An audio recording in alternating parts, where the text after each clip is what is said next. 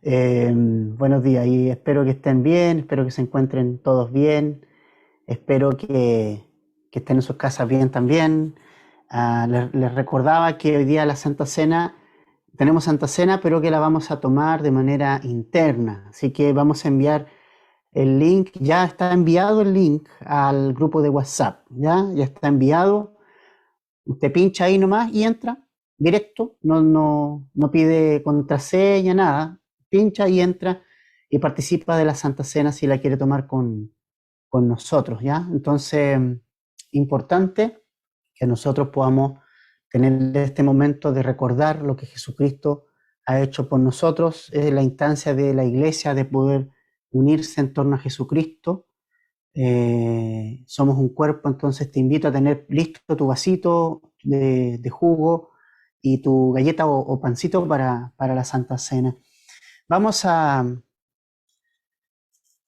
nuestro estudio de hoy, Primera de Corintios, por favor, capítulo 6, versos 1 al 11. Vamos a estar ahí y vamos a orar primero, ¿ya? Padre, gracias por este tiempo.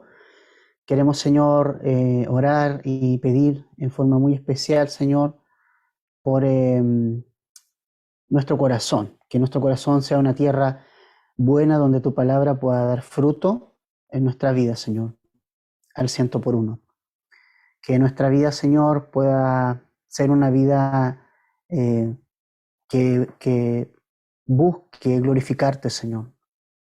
Queremos crecer, queremos madurar y a veces la amonestación es necesaria para que eso pueda pasar. Y oramos que a través de esta carta, que hay mucha amonestación, nosotros entendamos que es tu amor el que está detrás de cada amonestación del apóstol hacia la iglesia, de tu palabra hacia nosotros. No hay otra finalidad más que el amor hacia nosotros, porque la madurez y el crecimiento va a traer enormes beneficios para nuestra vida, Señor, y nuestra relación contigo. Gracias por los hermanos que están en línea, en el nombre de Jesús. Amén. Bien, entonces vamos ahí a 1 Corintios capítulo 6, versos 1 al 11. Vamos a estudiar hoy día solamente ese versículo, ese pasaje. Y nos ha estado hablando Pablo mucho acerca de problemas que estaban sucediendo en la iglesia de Corinto. Pablo ama mucho a la iglesia de Corinto, o sea, no es que Pablo no ame a la iglesia de Corinto, Pablo la ama mucho, mucho. Pablo anhela, desea el desarrollo espiritual de la iglesia de Corinto. Pablo anhela y desea que los cristianos de Corinto experimenten la totalidad, la completa madurez y crecimiento, que experimenten un crecimiento en Jesucristo. Y Pablo esperaba que en estos 3 años que han pasado, la iglesia de Corinto ya rindiera ciertos frutos. Entonces, creo que es súper importante preguntarse, familia, y examinarse cuál es el fruto que está dando nuestra vida. Si nuestra vida y nuestra vida cristiana, si estamos madurando en la vida cristiana, si hemos crecido. Y creo que es súper importante porque, a diferencia de una vida religiosa se estanca, no va a crecer en una vida religiosa. Puede ser que tú toda tu vida hayas crecido en una iglesia y sientes que todo ha sido plano. Tienes que preguntarte, tienes que repensar cómo has estado llevando tu relación con el Señor. Tal vez es una religión que has llevado de niño o de niña y que nunca ha significado Jesucristo nada para tu vida, forma personal. El cristiano que tiene a Jesucristo en el corazón como Señor crece, madura. Pero cuando nosotros tenemos a Jesucristo solo como nuestro Salvador, pero no lo tenemos como nuestro Señor, entonces cuando nos estancamos, cuando vienen ese estancamiento, solo hablas del tema salvación. Esa es la partida, pero ahora viene la segunda parte, que Jesucristo sea mi Señor, que yo pueda seguirlo cada día. Eso es lo que anhela Jesucristo, que yo lo siga. Y es importante entonces que nos examinemos y tomemos en cuenta cuánto hemos crecido desde que nosotros entregamos nuestra vida a Jesucristo, desde que Él vino a nuestro corazón y nos hizo nacer de nuevo, cuánto ha sido el desarrollo espiritual que hemos tenido hasta ahora. Y si no ha habido un crecimiento, entonces tenemos que tomar ciertas medidas en nuestra vida, que es súper importante tomar. Y es lo que Pablo ha estado compartiendo aquí estos capítulos, ¿no? Pablo esperaba que en 3 años la iglesia creciera, que los hermanos maduraran. Y Pablo, en amor y por amor, amonesta a los hermanos. No quiere avergonzarlos, como nosotros vimos en el capítulo 4, en el versículo 14. No los quiere avergonzar, sino que los quiere animar.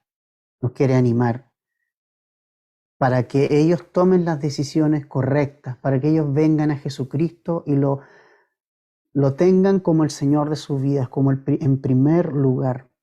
Él está corrigiendo en amor, fuerte, está corrigiendo fuerte, sí, está corrigiendo fuerte, pero en amor. Y eso es súper importante, ¿ya? Entonces, hemos estado viendo, y Pablo la semana pasada les estuvo hablando de este tremendo caso de fornicación dentro de la iglesia. Había un caso de fornicación muy fuerte, que ni siquiera en la parte secular se nombraba, y Pablo dio las directrices de qué hacer con esta persona. Le llamó la atención a los corintios también por envanecerse, por estar orgullosos en lugar de tomar cartas en el asunto frente a esta persona. Y Pablo da su sentencia, enjuicia este caso, porque los líderes de la iglesia sí podemos enjuiciar ciertas cosas, los hermanos sí pueden enjuiciar, gracias, ciertas cosas.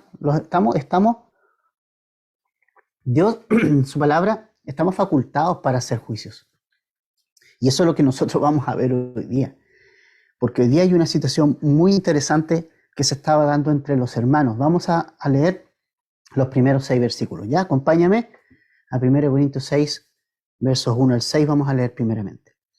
¿Se atreve alguno? Voy a leer en la versión Nueva Biblia de las Américas por si te suena un poquito distinto. ¿Se atreve alguno de ustedes cuando tiene algo contra su prójimo a ir a juicio ante los incrédulos y no ante los santos?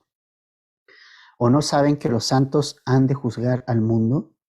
Y si el mundo es juzgado por ustedes, ¿no son competentes para juzgar los casos más sencillos? ¿No saben que hemos de juzgar a los ángeles, cuanto más los asuntos de esta vida? Entonces, si tienen tribunales que juzgan los casos de esta vida, ¿por qué ponen por jueces a los que nada son en la iglesia? Para vergüenza suya lo digo. ¿Acaso no hay entre ustedes algún hombre sabio que pueda juzgar entre sus hermanos, sino que hermano contra hermano litiga, y esto ante los incrédulos? Tremendo lo que vemos acá, tremendo.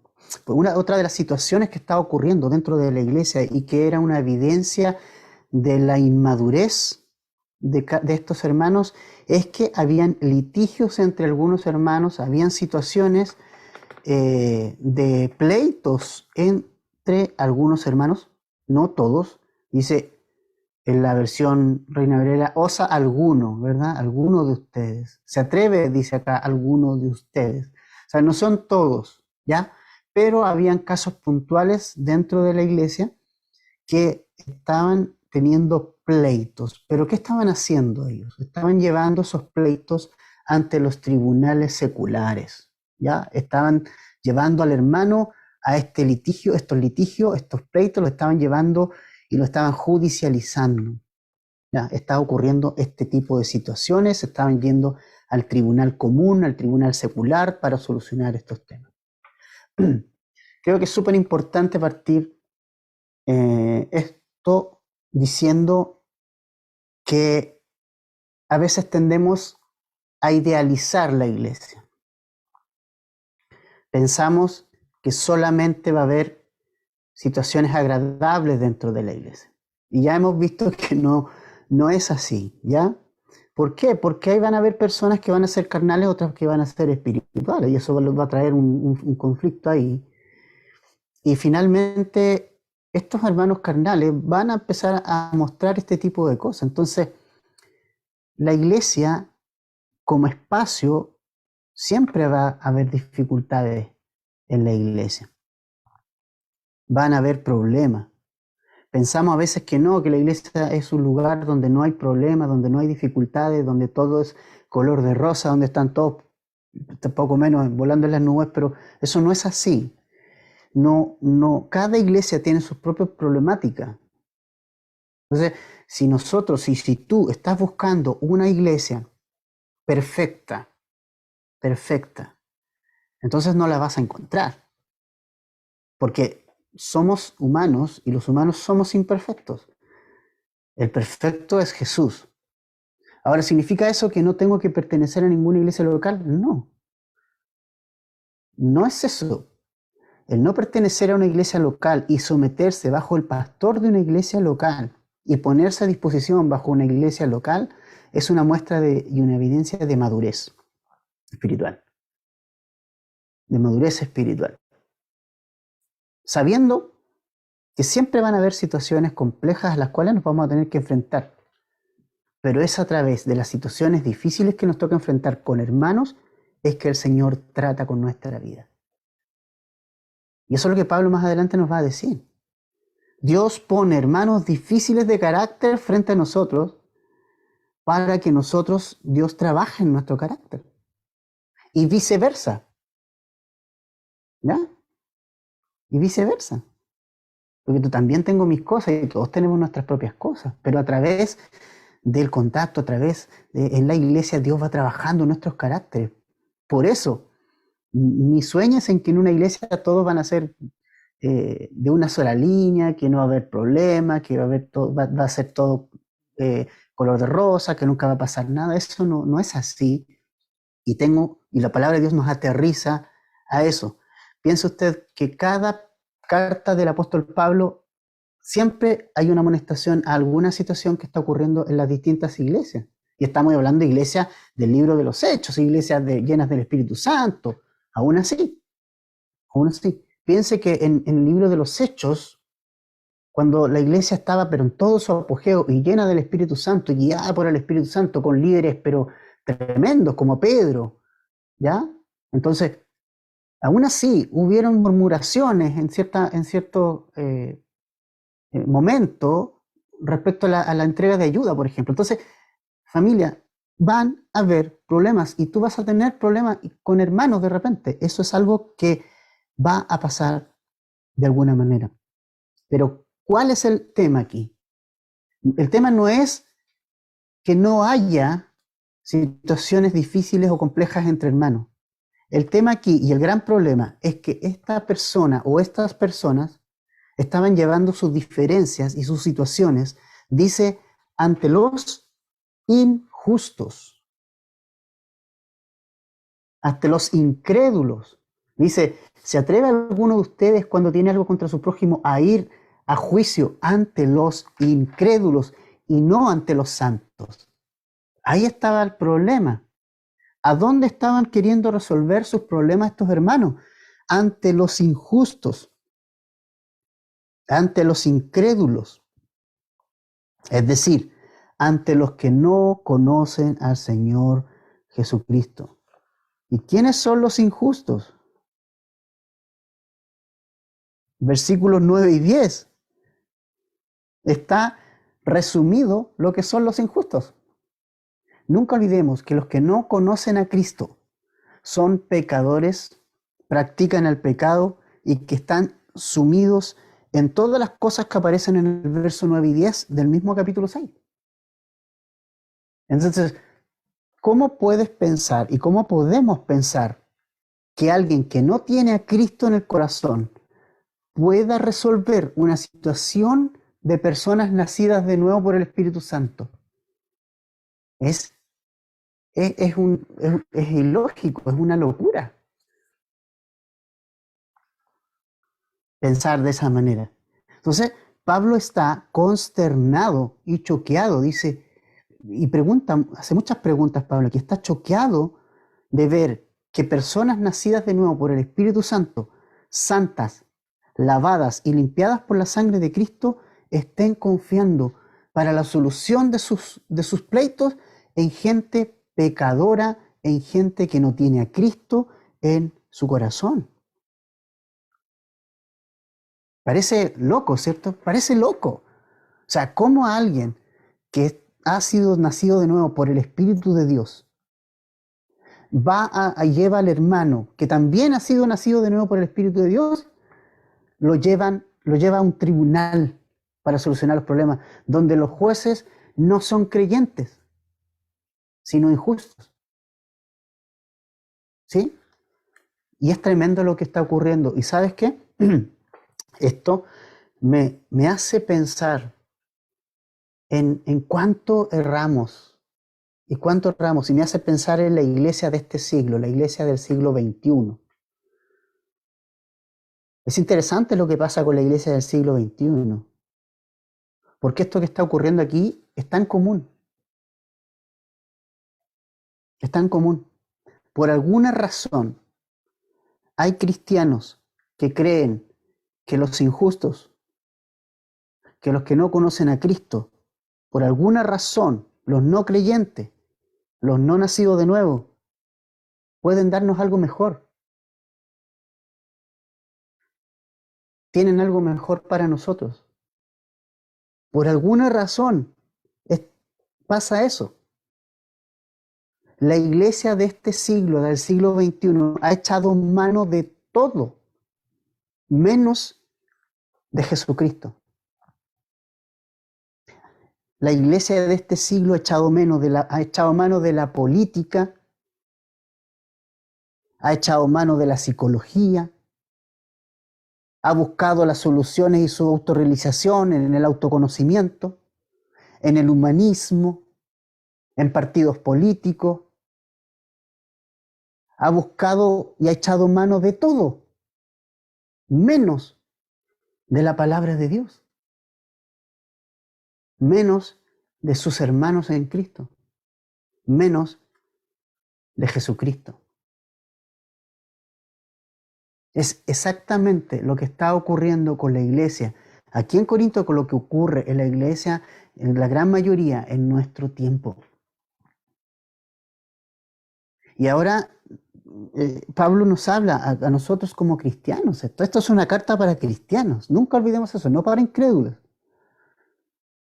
Y Pablo nos desafía a nosotros poder examinar, o sea, ¿a dónde vamos a buscar solucionar temas? ¿A quién buscamos?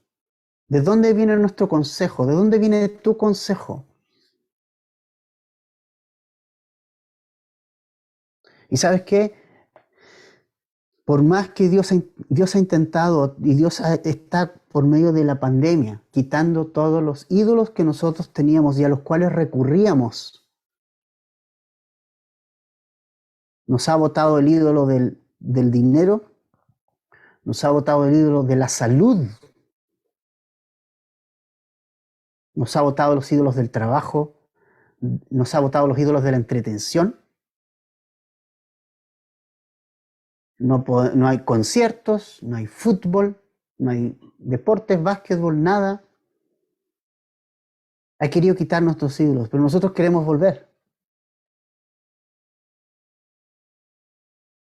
¿Sabes? Es interesante lo que Pablo nos está aquí tratando a cada uno de nosotros. El mundo no tiene nada para mí. Los injustos no tienen un consejo para mí.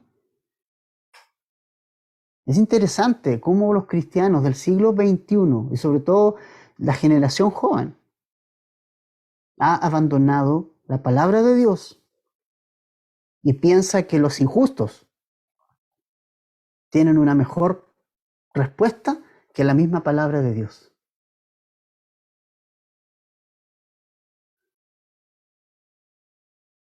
Es interesante, ¿no? Entonces, Pablo está sorprendido por lo que está pasando. Entonces, contrariamente a lo que estaba pasando y que estos hermanos estaban yendo delante de los injustos, ¿ante quién deberían haber compadecido? ¿Ante quiénes deberían haber solucionado? ¿Ante quién deberían haber ido y acudido en busca de una solución a estos litigios? Lo dice el mismo versículo 1 en la última parte. Delante de los santos. Delante de los santos. ¿Y quiénes son los santos? Primera de Corintios capítulo 1, versos 1 al 2. Vamos ahí. Primera de Corintios capítulo 1, versos 1 al 2. Dice, Pablo, llamado a ser apóstol de Jesucristo por la voluntad de Dios, y Sóstenes, nuestro hermano, a la iglesia de Dios que está en Corinto, esta iglesia, a los que han sido, subraye, santificados en Cristo Jesús, llamados a ser santos, con todos los que en cualquier lugar, es decir, todos nosotros, invocan el nombre de nuestro Señor Jesucristo, Señor de ellos y nuestro. 1 Corintios 1, versos 1 y 2. Entonces, ¿quiénes son los santos? Nosotros. Cada cristiano, cada persona que ha entregado su corazón a Jesucristo es considerada y es santa, santo, apartado para Jesucristo. No tiene nada que ver que una comisión vea si hizo esta persona un milagro. No. Nosotros no somos santos por nosotros mismos, somos santos en Jesucristo. Hemos ido a Jesucristo y Jesucristo ha hecho santo a cada persona que ha venido a Él. Y esas son las personas a quien Dios ha puesto en la iglesia para que juzguen todo este tipo de situaciones dentro de la iglesia.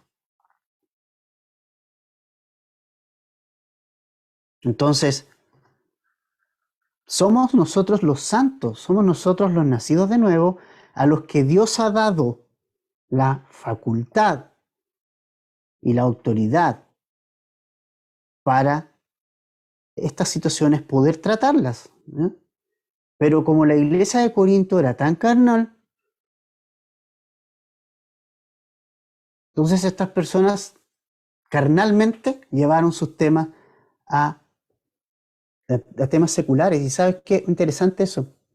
Es una evidencia de carnalidad cuando tú buscas apoyo en los injustos.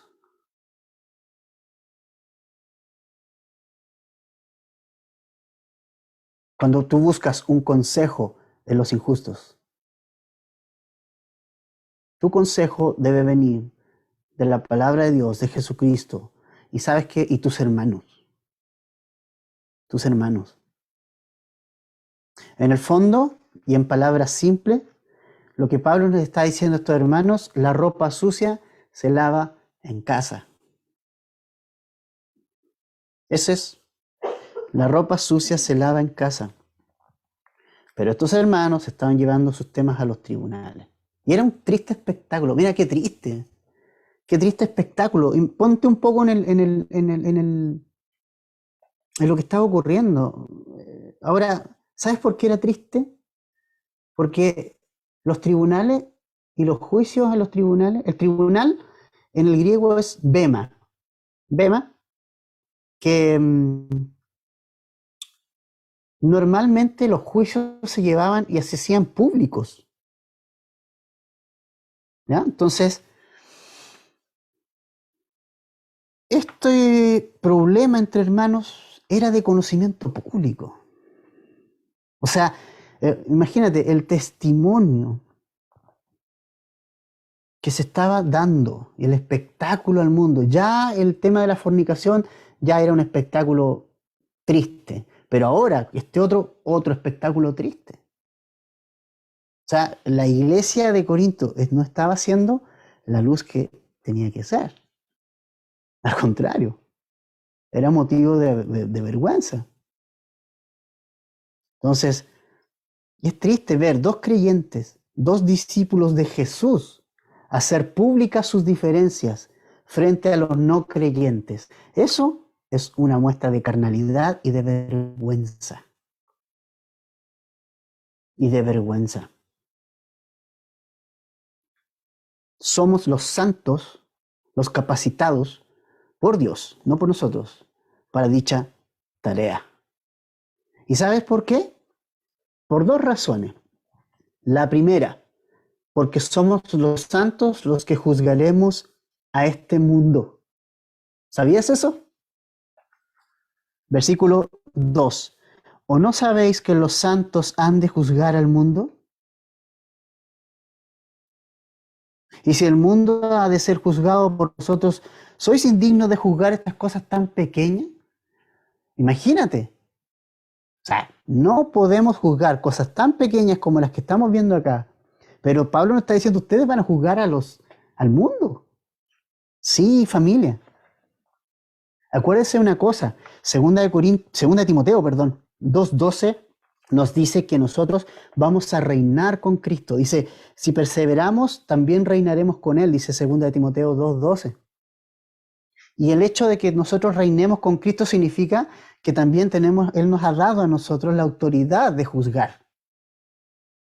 En Mateo 19:28, Jesucristo les dijo a los discípulos que cuando el Hijo del Hombre se sentara en su trono de gloria, también ellos se iban a sentar sobre 12 tronos para juzgar a las 12 tribus de Israel. También en Apocalipsis capítulo 2, versos 22 y 27 nos dice, al vencedor, al que guarda mis obras hasta el fin, le daré autoridad sobre las naciones.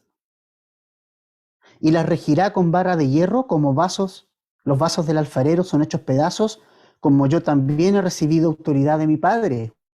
O sea, la autoridad que Cristo recibe del Padre es la autoridad que Cristo nos da a nosotros para juzgar este mundo. Es lo que Pablo está diciendo. Tú y yo, familia, como santos, vamos a juzgar este mundo. Tremendo eso. Es tremendo lo que nos está diciendo acá la Escritura. Entonces, si vamos a juzgar al mundo, ¿no somos capaces de juzgar cosas como las que está pasando acá? En la iglesia de Corinto. ¿No somos capaces de solucionar nuestros problemas acá adentro? Segunda cosa, los santos también juzgaremos a los ángeles. ¿A qué ángeles? A los ángeles caídos.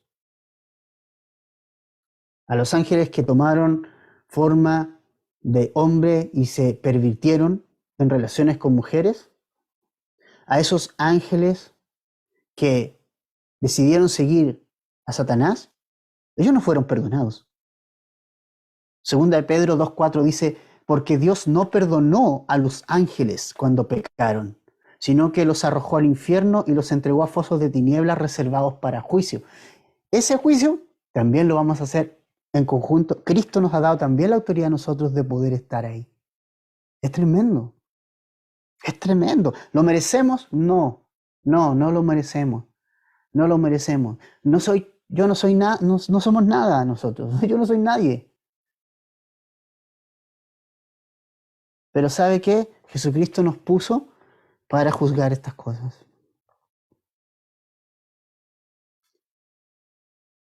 Entonces, cuando usted tiene un problema con alguien, usted lo que tiene que hacer es venir a la iglesia y solucionarlo. Venir a los líderes, por supuesto a las personas más maduras, y solucionar el tema, ¿verdad? Ahora, ¿qué pasa si no se quiere solucionar? Bueno, hay que llevarlo a la iglesia. Jesucristo nos enseñó eso. Hay que llevarlo a la iglesia completa, delante de todos, y exponer a los dos hermanos que no quieren resolver sus diferencias.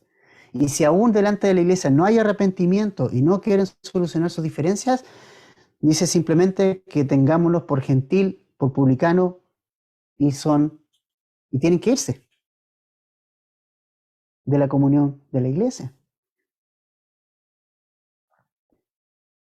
No pueden estar en la comunión porque no quieren arreglar la situación, ¿te fijas?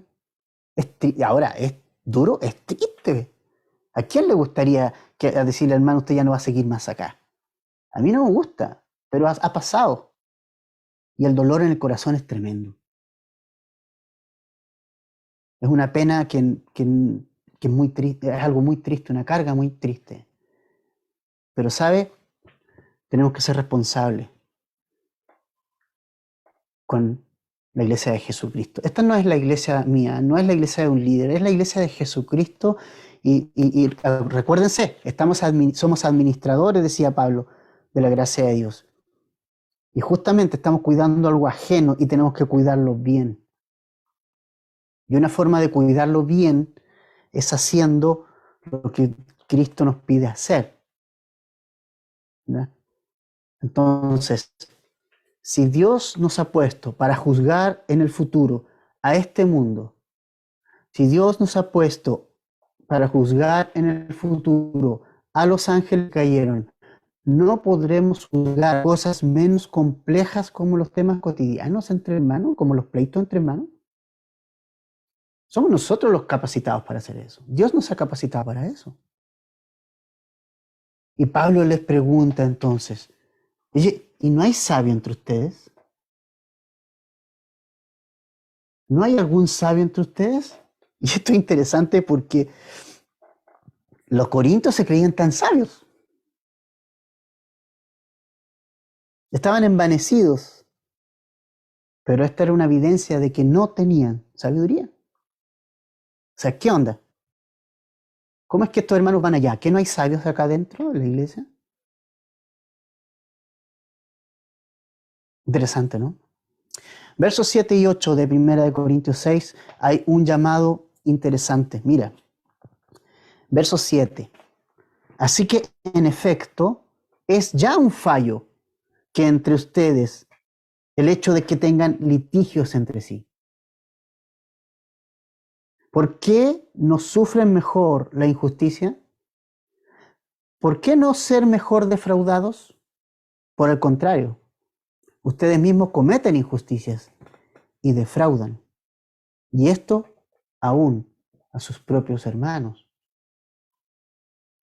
Mira, Pablo nos dice que ya es una evidencia de carnalidad el que haya pleitos entre los hermanos. ¿Ok?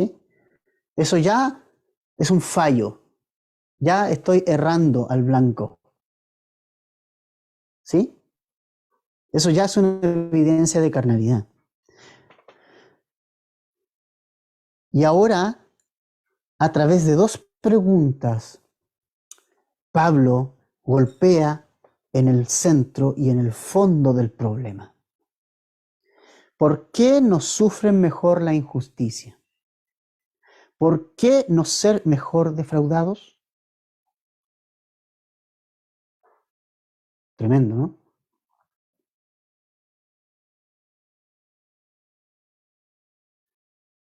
Es tremendo. Pablo nos lleva a meditar, a pensar, ¿sí? En el ejemplo de nuestro Señor Jesucristo. De nuestro Señor Jesucristo.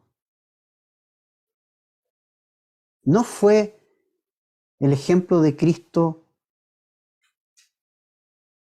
que pese a las injusticias, Él recibió todas las burlas y todas las injusticias y simplemente las llevó? ¿Por qué murió Jesucristo? Por los injustos. ¿Y quiénes éramos los injustos? Nosotros. El justo pagó por los injustos. ¿Fue justo lo que Cristo pasó en la tierra? ¿Fue justo que Jesucristo se hayan burlado de él? ¿Fue justo que su corona de espinas se haya sido puesta? ¿Fue justo que fuera crucificado? La crucifixión de Cristo fue el acto de injusticia más grande del mundo, pero a través de ese acto de injusticia trajo como consecuencia la redención y la salvación de la humanidad, de todo aquel que crea en ese sacrificio, como un sacrificio salvador personal.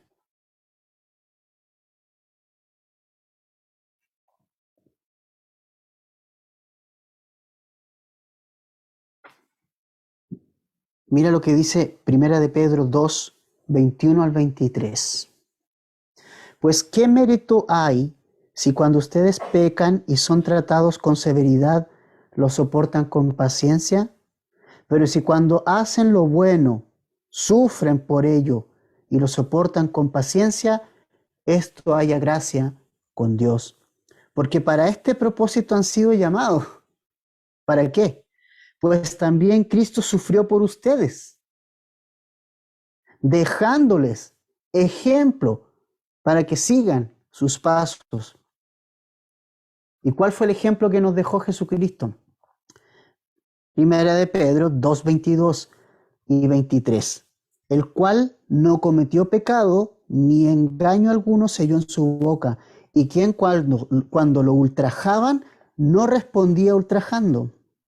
Cuando padecía, no amenazaba, y esto es importante, sino que se encomendaba, o sea, descansaba en aquel o a aquel que juzga con justicia, a su Padre Celestial. Entonces, el propósito por el cual hemos sido llamados, familia, es a seguir a Jesucristo, ser como Él. Y Él nos ha dejado un ejemplo. Si hay alguien que sufrió un agravio importante, si hay alguien que sufrió injusticia y la mayor injusticia de este mundo, fue Jesús. Fue Jesús. Y ahora Pedro nos dice que ese es el ejemplo que tú y yo tenemos que seguir.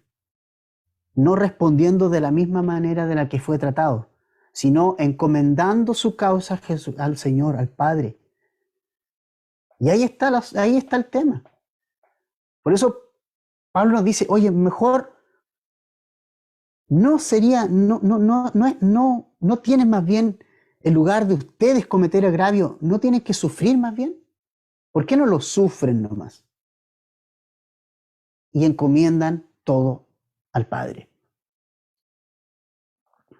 Primera de Pedro, capítulo 3, versos 8 al 12, dice, en conclusión, sean todos de un mismo sentir, compasivos, fraternales, misericordiosos y de espíritu humilde, no devolviendo mal por mal o insulto por insulto, sino más bien bendiciendo,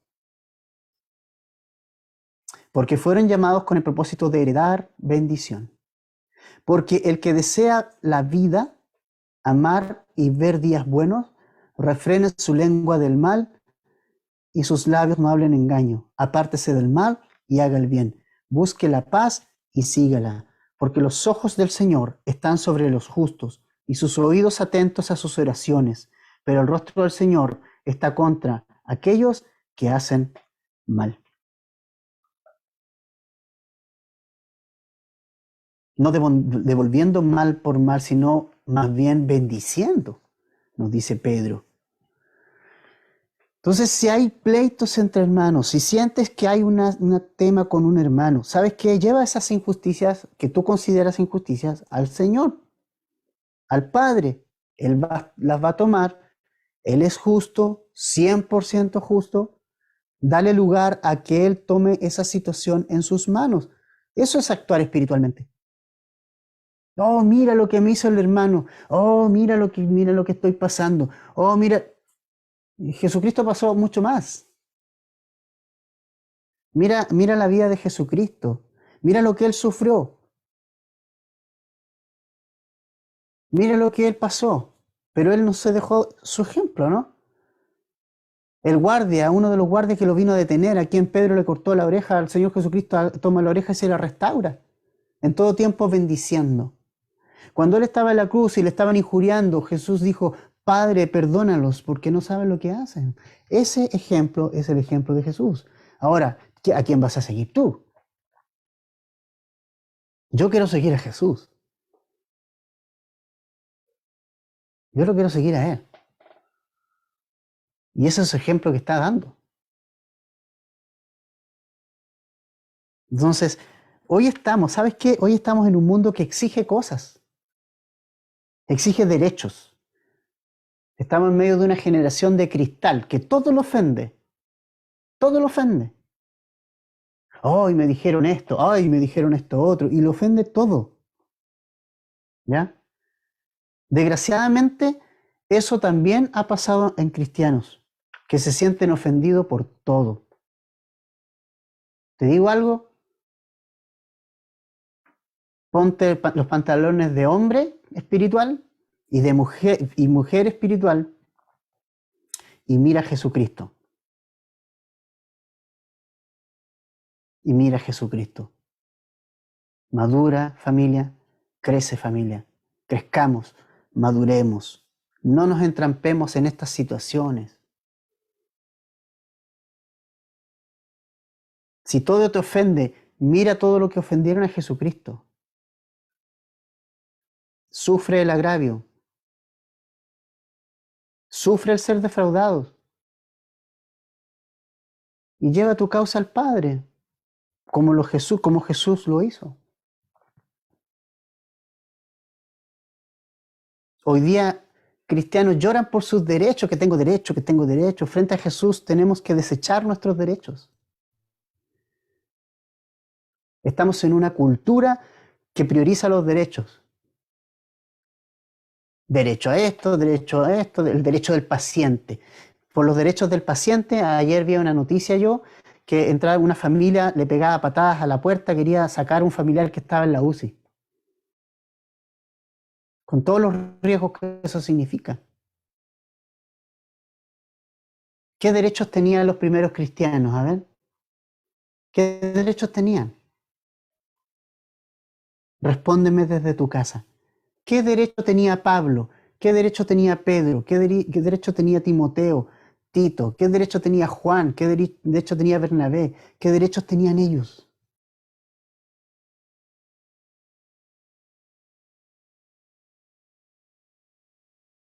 Ellos eran discípulos de Jesús.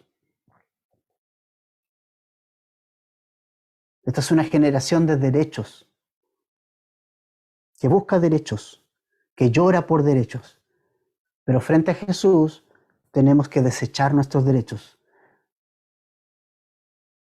y seguirlo a Él. Mateo 16, 24 y 25. Jesús dijo a sus discípulos, si alguien quiere venir en pos de mí, niéguese a sí mismo, tome su cruz y que me siga.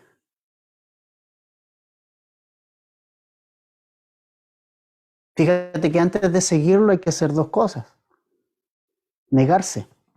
O sea, no tengo derechos. Y tomar la cruz. Luego dice Jesús en Mateo 16, 25, porque el que quiera salvar su vida, la perderá. Pero el que pierda su vida por causa de mí, la va a hallar.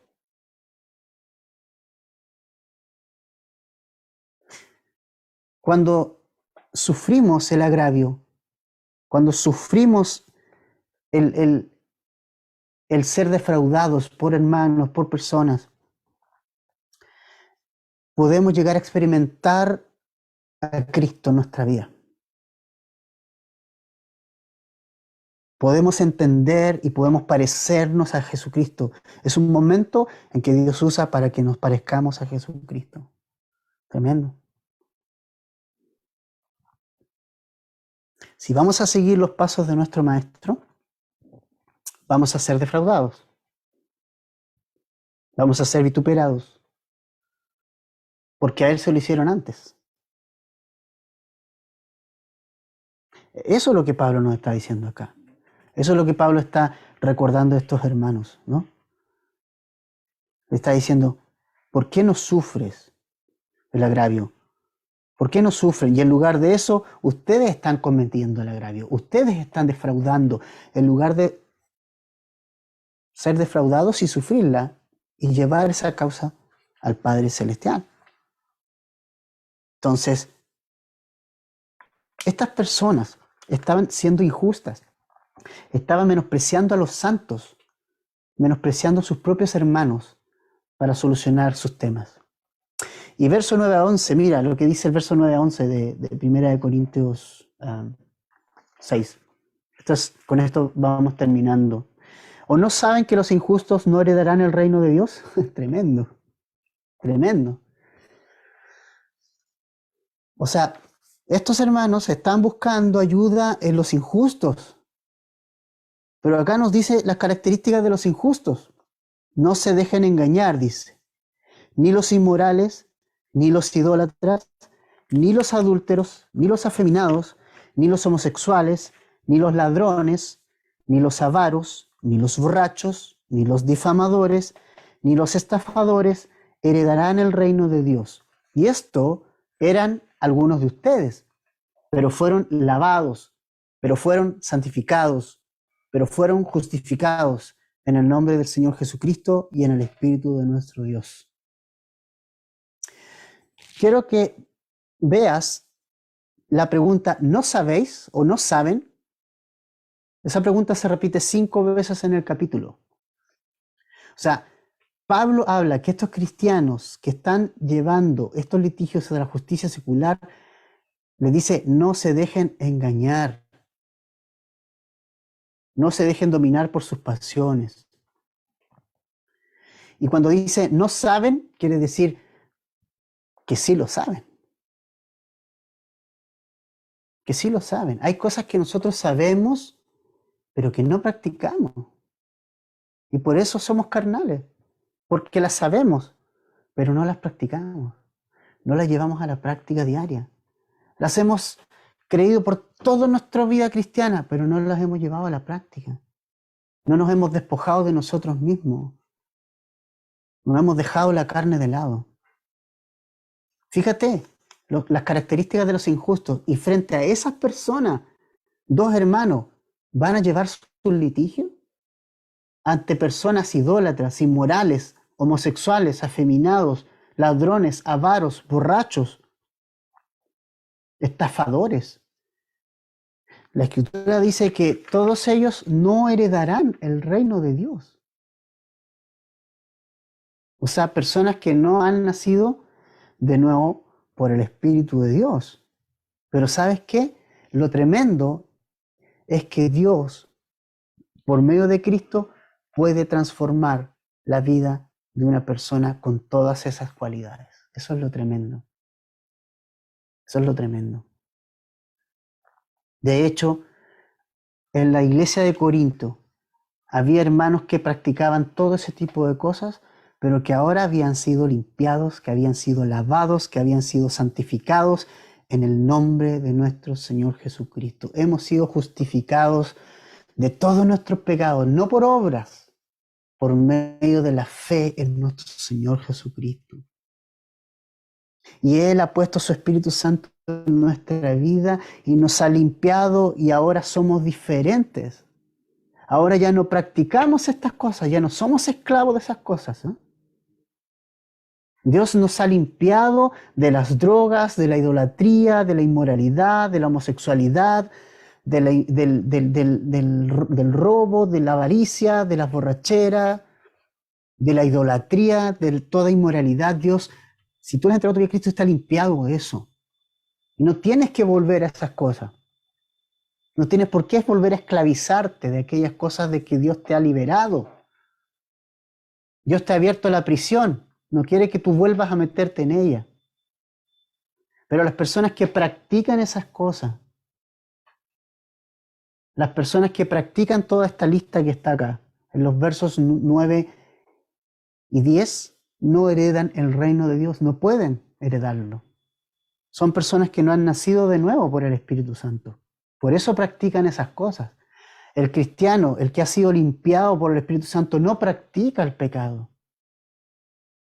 Pecamos, sí, Juan dice que pecamos, pero no practica, es decir, permanecer constantemente practicando el pecado, hacerlo su estilo de vida. La gracia de Dios cubre todos los pecados y hace nueva a una persona, sí. De todas esas cosas, Dios te puede limpiar completamente. Y sabes que tú puedes decir, pero es que yo así nací. Si tú escuchas a los homosexuales, te dicen, yo nací así. Ok, si tú naciste así, Jesucristo te dice, yo quiero darte un nuevo nacimiento. Yo te quiero hacer nacer de nuevo. Y yo te voy a mostrar que mi propósito contigo es que seas un hombre o seas una mujer y no seas homosexual. Quiero mostrarte el gozo que significa en que un hombre sea hombre y una mujer sea una mujer. Dios puede hacer de nuevo y nos hace nacer de nuevo.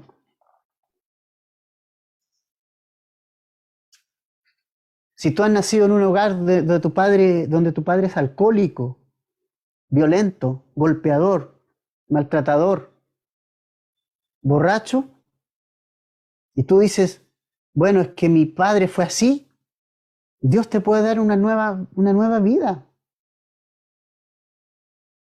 Jesucristo quiere darte un nuevo nacimiento.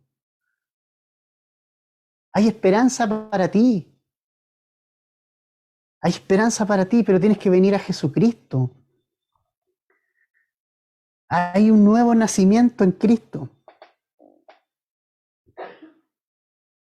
No te conformes con que así nací y así me quedo. Por medio de Cristo puedes tener una nueva vida, un nuevo nacimiento. No importa cómo hayas nacido en este mundo, en un hogar de padres malvados, o pobres, o borrachos, o tal vez eres víctima de una violación, eres víctima de estas cosas, sí. Pero Jesucristo no quiere darte una nueva vida. ¿Sabes lo que es eso? Un nuevo nacimiento. Él transforma tu vida completa, te hace una nueva criatura. Y eso lo necesita tanto el borracho y el pecador más empedernido como el religioso más grande. Ambos necesitan lo mismo, ambos necesitan un nuevo nacimiento. De hecho, Jesucristo le dijo a Nicodemo que necesitaba un nuevo nacimiento y Nicodemo era el principal de la sinagoga judía. Porque necesita el hombre un nuevo nacimiento y el que se lo da es Jesucristo. Jesús le dijo a Nicodemo que la manera de nacer de nuevo por el Espíritu no es un nacimiento carnal ya, es un nacimiento espiritual nuevo. Sucede cuando ponemos nuestros ojos, cuando ponemos nuestra fe en el sacrificio de Jesucristo en la cruz.